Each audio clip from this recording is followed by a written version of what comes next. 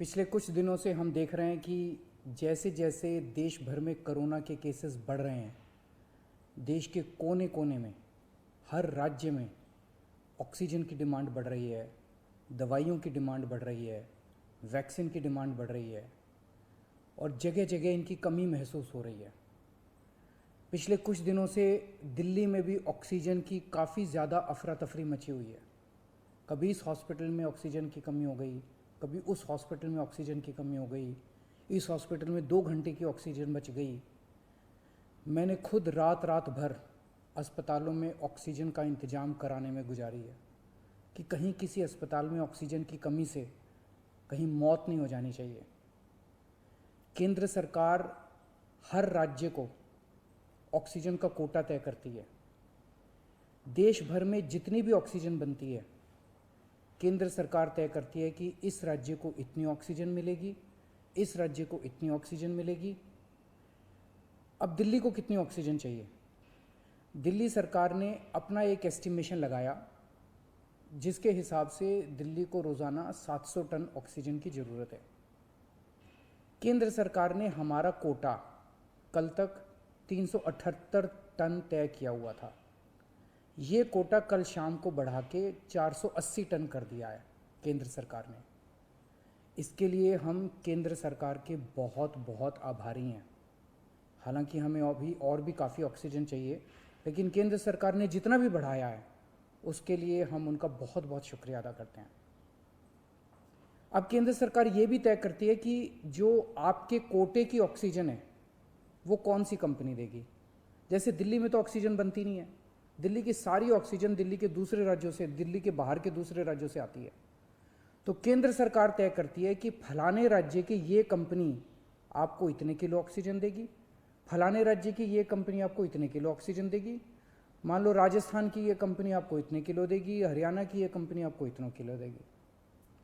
तो केंद्र सरकार कंपनियां तय करती है कि किस कंपनी से दिल्ली को अपने कोटे की ऑक्सीजन आएगी। अब दूसरी समस्या यहाँ पे आ रही है कि ये जो कंपनियां जिन राज्यों में हैं, उनमें से कुछ राज्यों की सरकारों ने उन कंपनियों से जो दिल्ली के कोटे की ऑक्सीजन आनी थी वो भेजनी रोक दी। राज्यों ने कहा कि पहले हम अपने राज्य में इस्तेमाल करेंगे, दिल्ली का कोटा भी हम इस्तेमाल करेंगे, दिल्ली के जो ट्रक हैं वो जाने नहीं देंगे। लेकिन मैं केंद्र सरकार का और दिल्ली हाई कोर्ट का शुक्रिया अदा करना चाहता हूँ। पिछले 2-3 दिन के अंदर उन्होंने हमारी बहुत मदद की है, जिसकी वजह से अब ऑक्सीजन दिल्ली पहुँचने लगी है।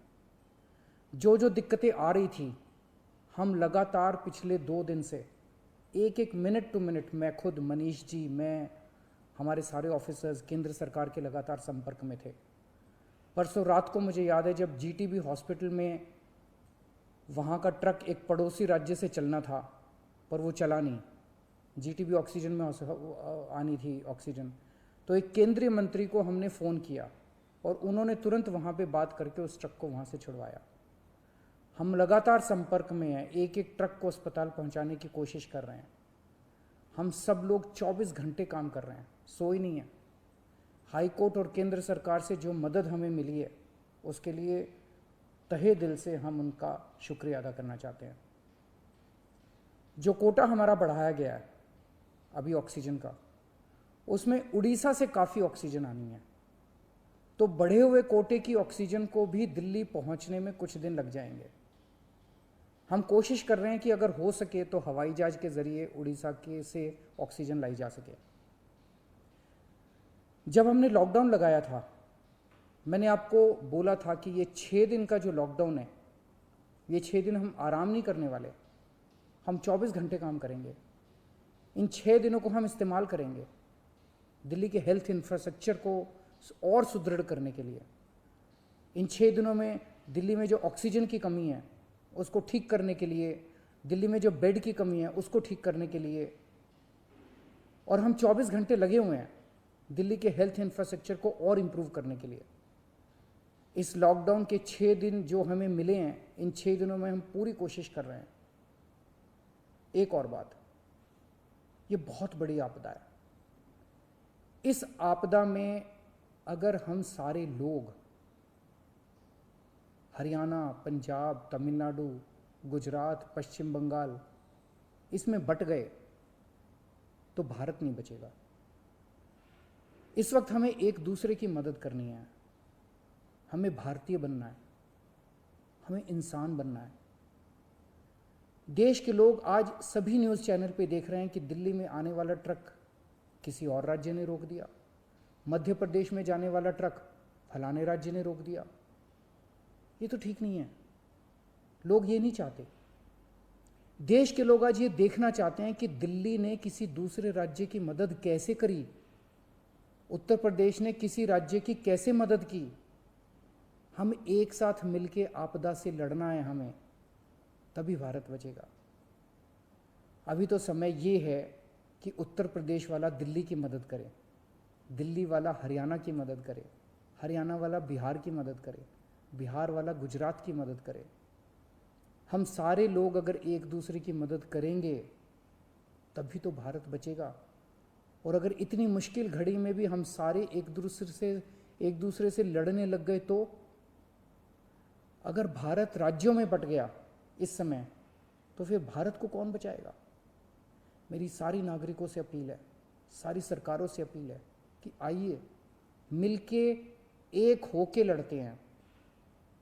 अगर हम मिलके लड़े एक मुट्ठी बनेगी, हमारे सारे संसाधन मिलके एक साथ इस्तेमाल होंगे, हमारी ताकत बढ़ेगी, हमारी शक्ति बढ़ेगी। और अगर हम बट गए तो फिर कोई हमें नहीं बचा पाएगा। मैं सभी राज्य सरकारों से कहना चाहता हूँ कि दिल्ली का मुख्यमंत्री होने के नाते मेरे से जो बन पड़ेगा, मेरे हाथ में जो होगा, आप मुझसे मांगिए, मैं दूंगा। पूरे देश की मदद करेंगे। अगर दिल्ली में हमारे पास ऑक्सीजन ज़रूरत से ज़्यादा होगी तो हम दूसरे राज्यों को ऑक्सीजन देंगे। अगर हमारे पास किसी दवाई की ज़्यादा मात्रा होगी तो वो भी हम दूसरे राज्य के साथ बांटेंगे। और जब दिल्ली में कोरोना कम होगा और किसी दूसरे राज्य में डॉक्टर्स की ज़रूरत हुई, हम वहाँ डॉक्टर्स भी भेजेंगे। हम सभी भारतवासी हैं, हम अपने देशवासियों की मदद करेंगे, सभी राज्यों की मदद करेंगे, क्योंकि ये बीमारी कोई बॉर्डर देख के नहीं फैलती।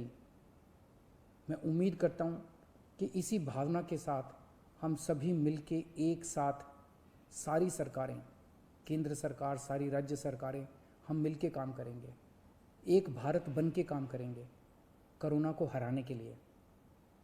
हमें पूरी दुनिया के सामने दिखा देना है कि विश्व में सबसे ज़्यादा कोविड केसेस भारत में होने के बावजूद कैसे भारत के लोगों ने, यहाँ की सरकारों ने मिलके कैसे इस आपदा से लड़ाई की, कैसे हमने सारा प्रबंधन किया।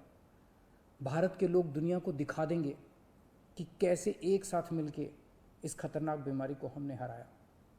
जय हिंद।